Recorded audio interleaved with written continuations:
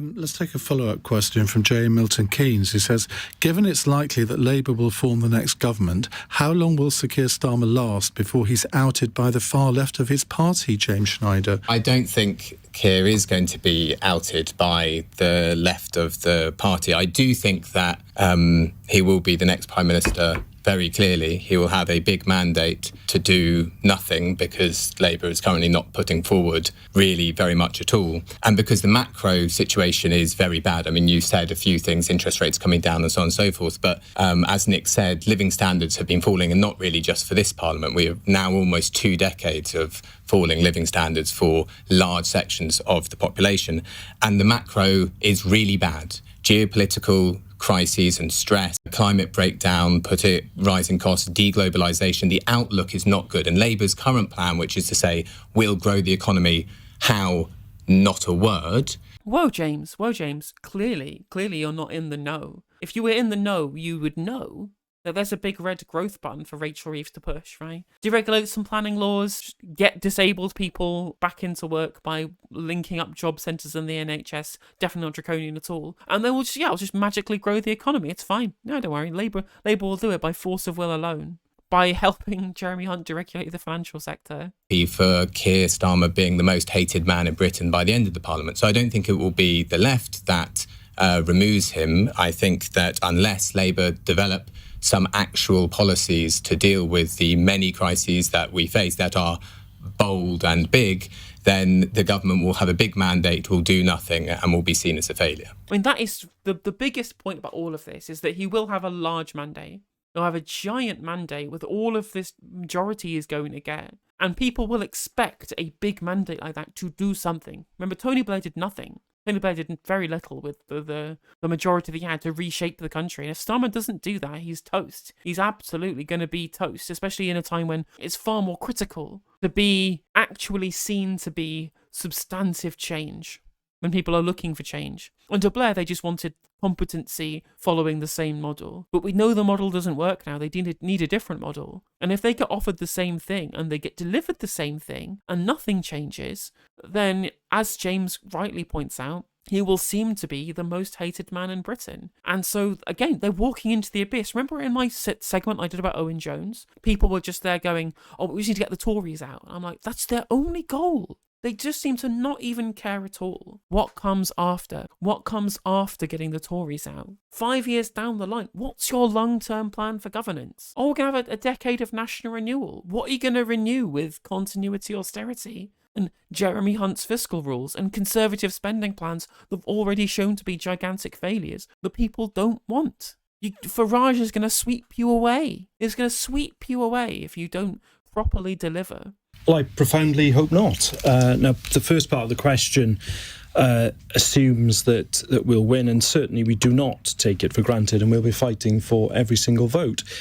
But if you ask about the plans... Not every single vote.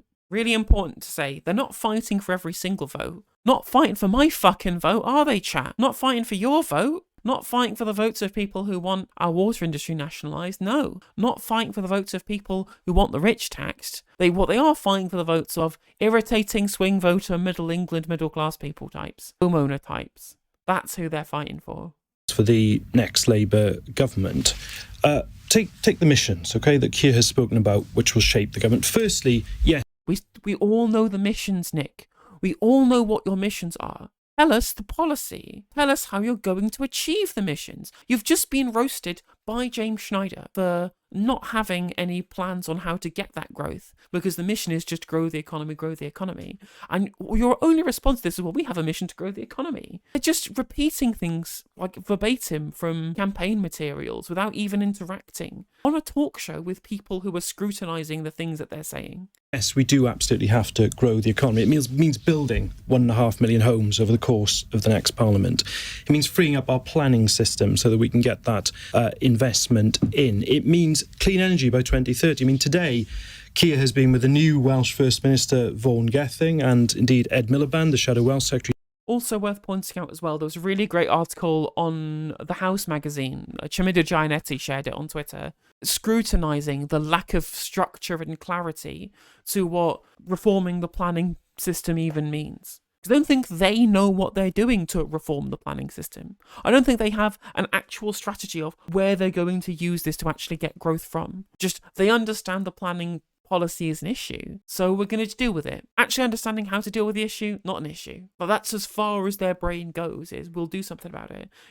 Again, I will point out yet again, it is well within Labour's fiscal rule of only borrowing to invest in the supply side, to engage in fiscal expansion, to build a huge number of council houses, reduce the amount that the councils have to rely on state funding by giving them a new asset that generates revenue for councils. You could even bring down council taxes if you did.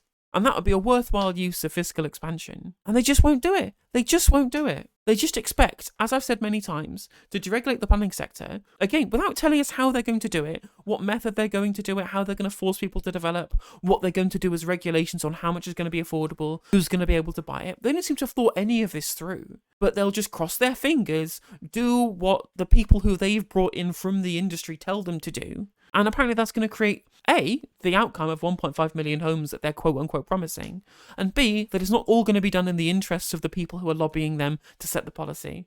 And even then, as you say, Big Al, it's not like a huge amount of homes that they're going to be building, even 1.5 million, which is the target the Tories are currently missing, when the population projections say that over that 5-year period, the population's going to increase by 1.6 million.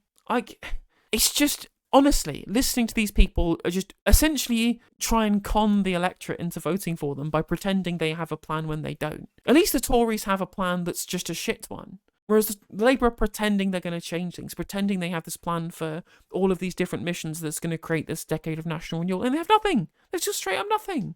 Nothing at all. Joe Stevens up in Anglesey looking at a floating offshore wind, which is going to be a huge part of that.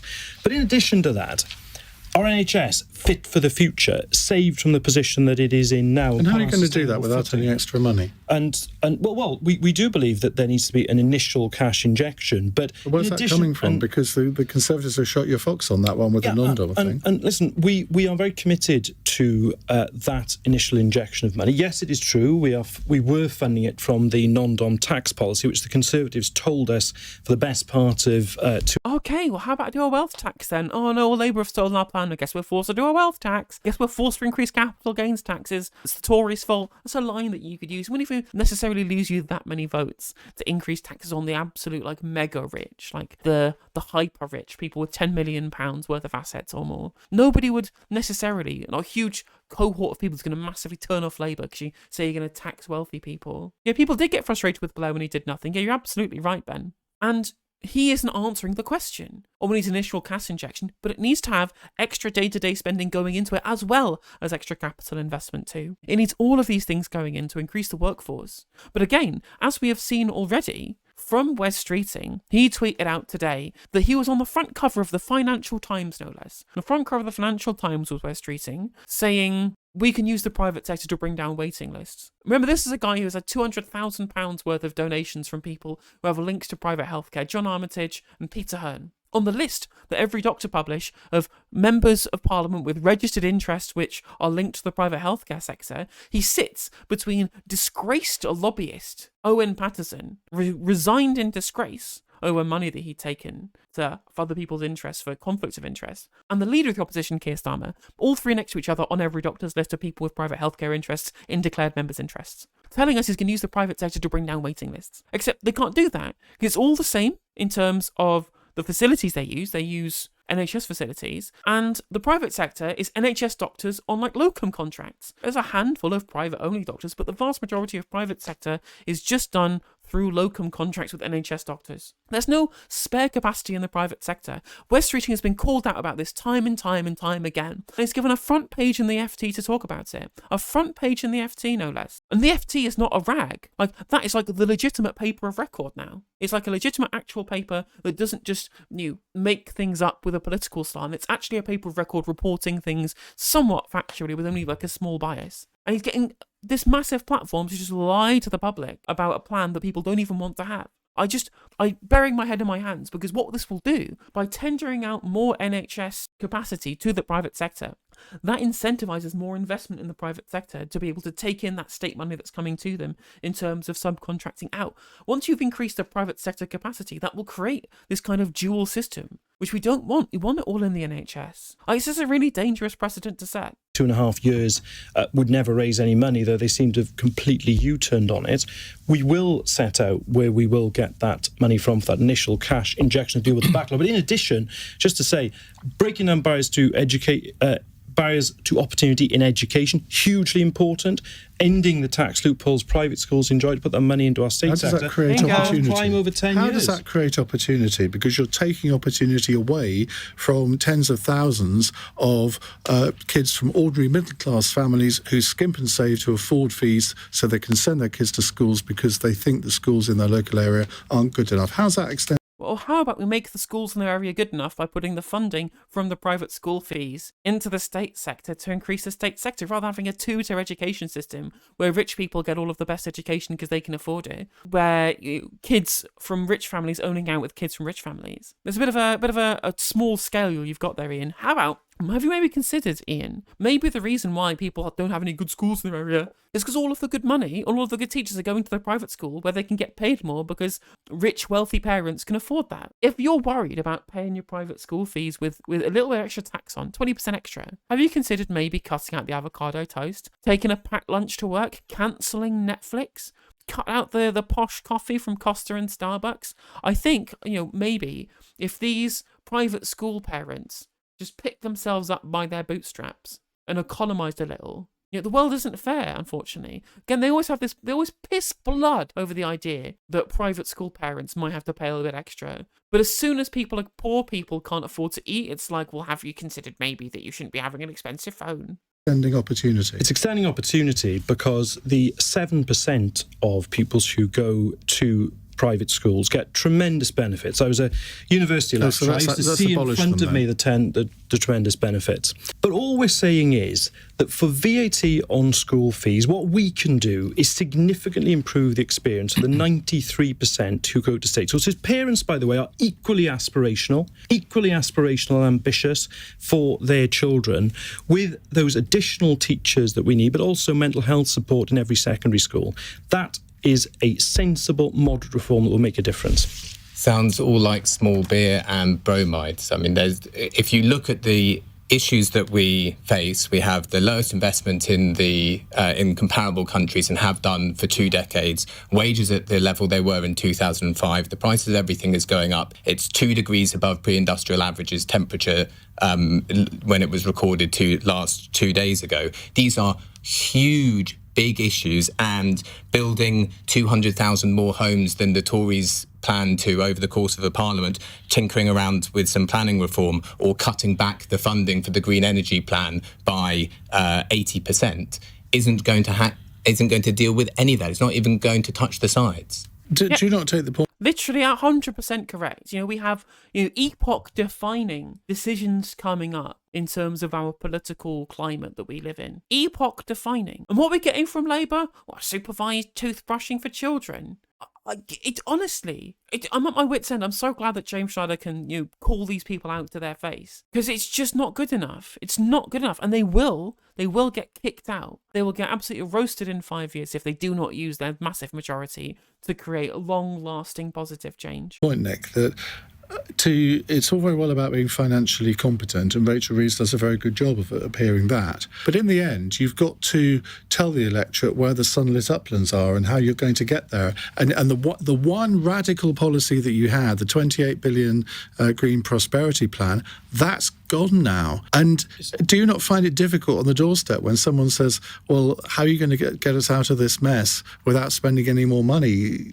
It doesn't add up. No. But the two sides of the same coin. Unless you have these solid economic foundations, you can't provide the hope for the future. Let's just take the Green Prosperity Plan, because you just said it's gone. When it isn't gone, we will create and capitalise GB Energy with £8.3 billion. We will have a national wealth fund with £7.3 billion. And for every pound that the government puts in, we look to attract 3 from the private sector, whether that is in... And again, it's all of this magical, mysticism, future predictions. We reckon, right? We reckon we can get 1.5 million homes from the private sector. We reckon the private sector will meet us 3-1 in terms of investment coming from the state, or we reckon we'll do that. And I'm just like, you live in fantasy land, mate. I think I am far more accepting of the idea that they're going to get this private investment, though. I don't think it's incorrect to state that actually there is a big playground for new green energy production if they make sure that they can get planning permission through all the local NIMBYs or whatever. Like, that's I have far more confidence that they'll be able to do that. But even then, we need like hundreds of billions of pounds spent on creating the green economy. Our shortfall on this kind of investment is already way off. And if it was properly state-owned as well, we could create a proper sovereign wealth fund. You've got to remember, like with Norway's sovereign wealth fund, they don't have 25% ownership. They don't have piddly amounts like that. They have 70% ownership of Equinor, for example, and a gigantic level of ownership of shares across the world. 1.5% of all listed companies are owned share-wise by Norway's sovereign wealth fund, by their national pension fund. And saying that we're going to make, was it £13 billion worth of investments? Was it 8 billion the Tories promised plus an extra 5 billion? Like, it's nothing. It doesn't even touch the sides. Offshore wind, floating offshore wind, as we've been talking about today, whether it's in solar, whether it's in green hydrogen, all the renewable energies of the future. And we also have a warm homes plan, again, £6 billion that is going to go to improving the home insulation of millions of homes up and down the country and reduce bills. If you add up all of those investments, does that take us up to the average for comparable countries, for OECD countries? All of those announcements, if they all happen, every penny of them, does that bring us up to the average of comparable countries? The problem, though, James, on that is that we're on what I think it's... if you look at GDP per capita, I think we're on 7 quarters now where GDP per capita has been going down. So we're starting from a far lower point than the countries that you're talking about. And that points to the scale of the awful economic inheritance we're going to face. But the thing is, as well, is that there are plenty of other countries who are in worse economic situations than we are that continue to invest. Again, not necessarily. The fact that when you look at France, they have a higher debt to GDP ratio than we do, by like 10 extra points, right? It's been over 100% since the start of the pandemic. Still managed to nationalise the rest of EDF, remaining shares nationalised by Macron, of all people. And on top of that, we have a sovereign central bank. We issue our own bonds. We're not part of the euro. We don't have to bother dealing with the European Central Bank. We have complete monetary sovereignty. We have far more freedom than countries like France do in engaging in the kind of green investment that's necessary to be able to deal with the climate crisis. Far, far, far more scope to do that. And the fact that Nick is trying to say, well, we can't and they can, it's nonsense. This is literally nonsense economics. English housing is the worst in Europe for those seeking a home, with the lowest rates of available properties and in the worst condition. And maybe they should look themselves in the mirror. In his budget, removed 200 million from council house budgets for building council houses. Why would someone do that if the report is correct? Well, the Resolution Foundation has found that the what they call extensive, cramped and ageing housing stock in the UK means that it compares badly in quantity and quality with other advanced nations across the world and is often more expensive too. Meanwhile, the Financial Times has found that in Jeremy Hunt's budget, the ending of the policy letting councils keep all of their right to buy receipts will end up removing up to £200 million from local housing budgets across England. It's crazy, absolutely crazy, for the government to be taking money away from council housing during a cost of living crisis. That's insane. Absolutely insane policy, especially when Michael Gove was on the TV on Laura Koonsberg's show a couple of weeks ago, that was about a month ago now, saying that he wanted to put more money into council housing. So now there's nothing. If you want council houses, you have to vote for the Green Party, because the Green Party are only people actually offering a council house building project as part of their manifesto. Nick?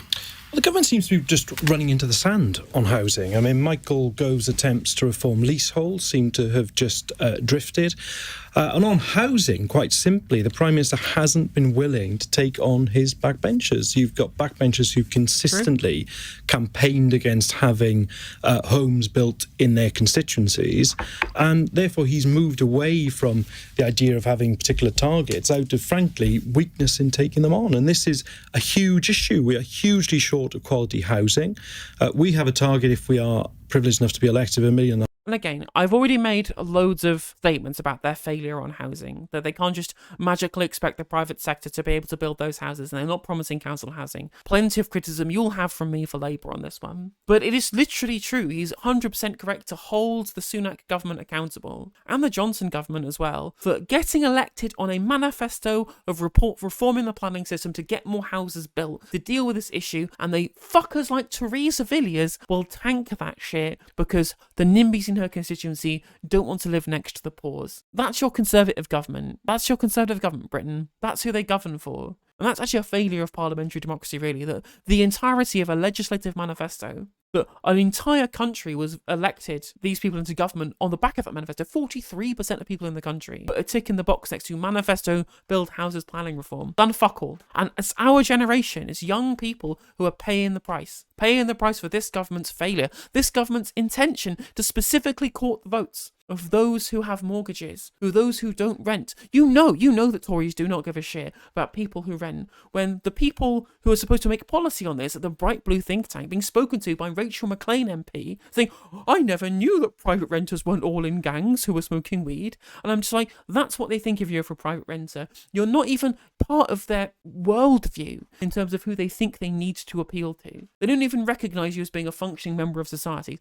And a half homes. But to do it, you need to reform the planning system. You need to make the planning system work better for all sides, the builders and indeed people. But how can people have confidence that you could do that? Because Michael Gove talked the talk on reforming the planning system, but for somebody who's renowned as a bit of a reformer, even he hasn't been able to drive it through. But it's been the weight of opposition on the backbenches. I mean, I've seen Tory MPs say that they object to, what was it? I think one Tory MP said something about, Kent's not going to become the patio of England, and sort of really... Yeah, but Labour MPs, they're not beyond the odd NIMBY comment. But also, you say things like, well, it's going to become like the patio of the southeast. If you just do deregulation and you don't have council housing, state direction of how we plan, of how we do things, of how we create high-density housing with lots of green space, that is affordable. You're not going to get that. You're going to get luxury properties that are the kind of the sweet spot for the developers to make the most profit, rather than what serves the most societal utility. Like, I understand people's concerns. I have called Rachel Reeves's plan on deregulation of planning. I have called it the Gentrifiers Manifesto. Because do you think that Taylor Wimpey and all of those fuckers, do you think that they're going to build affordable council houses? No, of course they're not. They're going to prioritise the kind of middle sweet spot luxury housing that is most profitable for them and their shareholders, because that's their only duty. Their only duty is towards fiduciary duty to shareholders to maximise profits and dividends. They have no societal duty to create affordable housing for anybody. If the state doesn't force them to do that, or indeed if the state just does it with them, because again, the Homes England literally exists. Homes England is the state-owned property developer. We have a state-owned property developer that we could use tomorrow to build more council houses, and Labour don't even want to think about doing it. They want to think about doing it. Like, I'm fully Soviet-pilled on this. It's full Sotsgarod. Plan the city, build the new city, high-density, mid-rise buildings, lots of green space. Get the state to do it. Even Australia are ahead of this. Even Australia, even how centrist the ALP are, they're still ahead of us on housing policy. They're still ahead of us on building social housing. They've created this thing called the Housing Australia Future Fund, which is an index-linked fund that takes all of the payouts from it and then puts it all into social housing, as well as $1 billion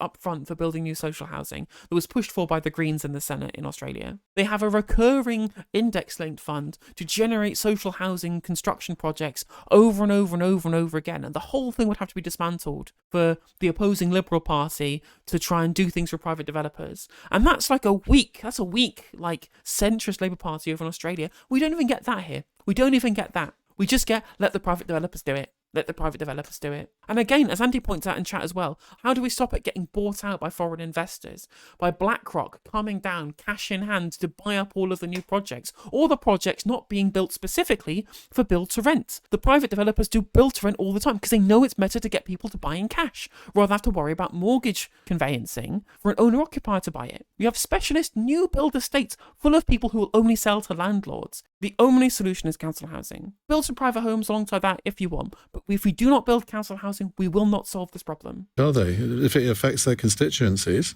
Well, I'm not suggesting any MP wouldn't stand up for their constituents, but I think the acute housing shortage is so important that people recognise that there has to be reform. So everyone has spoken a lot about the issue of quantity, and the quantity is an issue. We need more homes, but it's not the top issue. If you look at the number of homes per head in the country, we aren't falling hugely short. It's actually better than it used to be. So the problem is somewhere else. The problem is, as everyone says, is with cost. That said, of course, I want to see some of these changes which will help us build more homes, but of particular types of homes. And the problem is we don't look at tenure, and we don't look at how housing is used as an investment. So you don't have enough council homes built, and of course it's been decimated with right to buy. Private rents should be capped, and there should be moves against investment in housing only as an investment that is held and isn't used as homes. And I completely agree with Ella. It's extremely depressing to hear there is no money left. And, Nick knows, as Attlee's biographer, I mean, the country was bankrupt, and yet that's when we did the biggest things. And okay, yes, Attlee was more willing to tax the rich and big business, which Keir Starmer and Rachel Reeves will never do. But here, I've got a policy idea for you for free, which doesn't involve taxing anymore. Private deposits, private tenants' deposits are over £4 billion. And currently they sit in bank accounts and they don't do anything. Bring forward some legislation to take that money to capitalise a housing bank and use that for your housing policy. Use that to fund council housing, use that to fund, if you wish to fund mortgages for certain, for people, if you want to fund infrastructure so that you can build your new towns. There you go, 4 billion, you capitalise that, that could be an excellent idea, and it's basically very similar to the Housing Australia Future Fund I was talking about before. But he's so right, every point here from James, dead on. Rent caps, dealing with landlordism, dealing with absentee ownership, dealing with people buying cash-in-hand investors, all of these private equity firms becoming mega landlords or mega investors in housing, buying up single-family homes and then using them as an investment vehicle. In fact, ban anybody who's domiciled offshore from buying a house in the UK. Ban that. No. Get your grubby mitts off of our housing, Mr. Russian oligarch. Get Larry Fink and his BlackRock buddies, and TSB are doing it in the UK right now, trying to become mega landlords. Stop it. Ban that sick filth. Be 30 plus billion, depending on what your ratio is. It's money that's just sitting there in tenancy deposit scheme, not doing anything. Free money. No, you're not making notes, Nick. See, to me, that actually sounds quite a sensible thing to do. Well, I'll remember that it was said. Well, Except the deposits are owned by the tenants.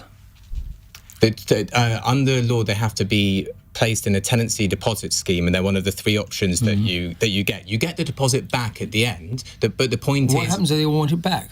But because new tenants come along. So yes, I might move out of my flat and I might take my deposit because I'm not renting another flat, but somebody else will rent that flat, which puts the deposit back in. So that's why you don't capitalise it to say 20 times. Maybe you capitalise it 8 times more than the initial capitalisation.